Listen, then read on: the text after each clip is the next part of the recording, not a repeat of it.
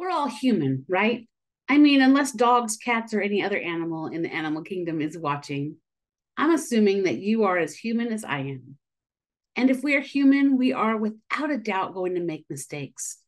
It's the truth of humanity, but that doesn't mean there is anything wrong with us, just that we need to know better so that we can do better. And today we're going to do just that. Let's look at the 10 most common mistakes a notary can make and ensure we learn from them so we don't make the same mistakes. If you're ready, I'm ready. Let's do this.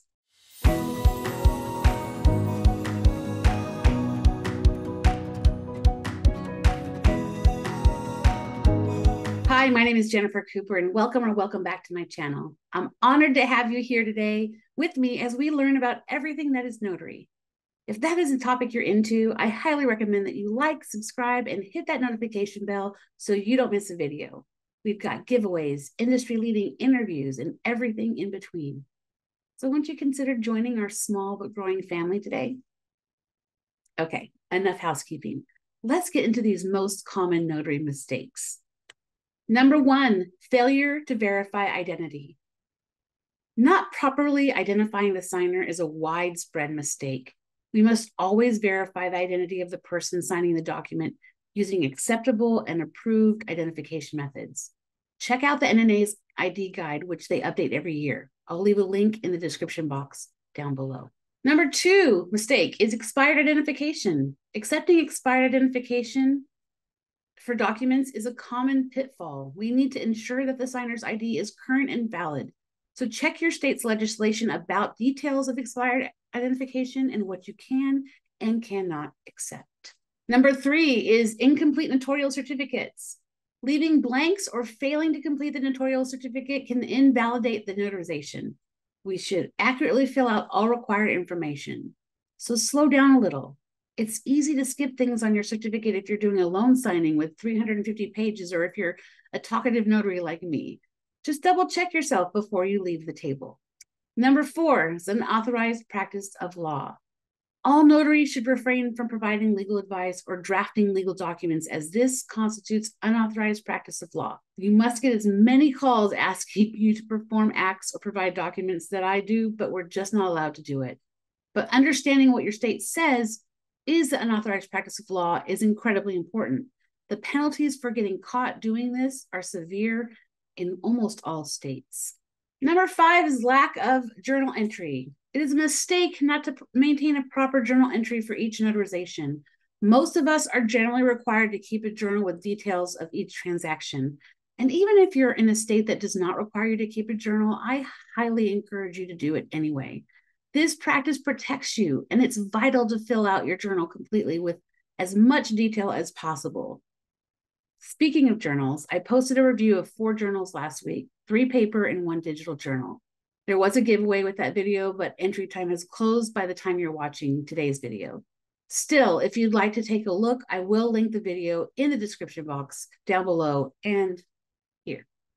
Number 6 is using incorrect notarial wording. Employing the wrong notarial wording or failing to use the required wording for specific documents can lead to errors. Look up the appropriate notary wording for your state and get training to understand how to deal with out-of-state language. Number 7 is notarizing incomplete documents.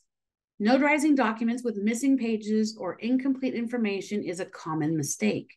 Notaries should ensure that the document is complete before notarizing.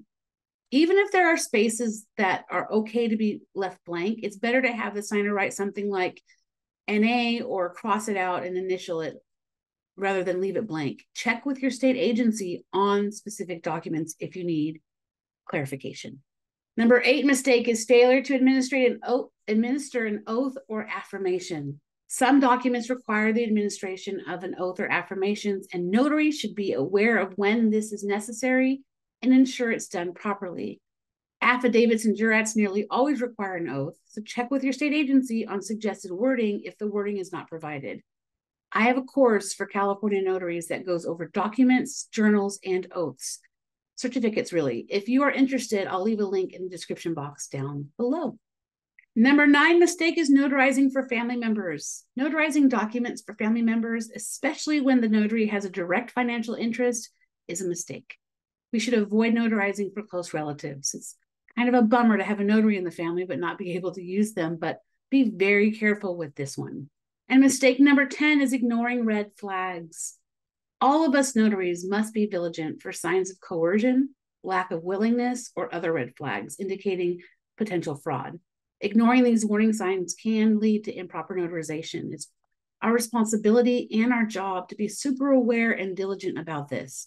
We have discretion over what we accept and don't accept, but it can be called into question if documents are challenged. So take this one seriously.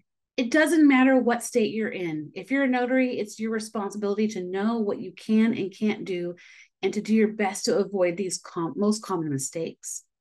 If you feel as though you need more training, there are many great resources out there that can help you. For new notaries, I would suggest the following.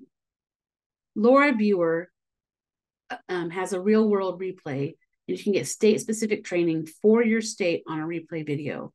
She also has a masterclass state-specific one-on-one training, and she also has Laura Biewer Presents, which has a ton of training on specific documents, working in specific facilities, and so much more. I have a discount for that course. Check the link down in the description box for more. And as I mentioned before, I also have a course to help California notaries with their certificates, journals, and oaths. That course link is in the description box below. And again, all of the links and all of the things I've talked about today, if there's a link, it'll be in the description down below.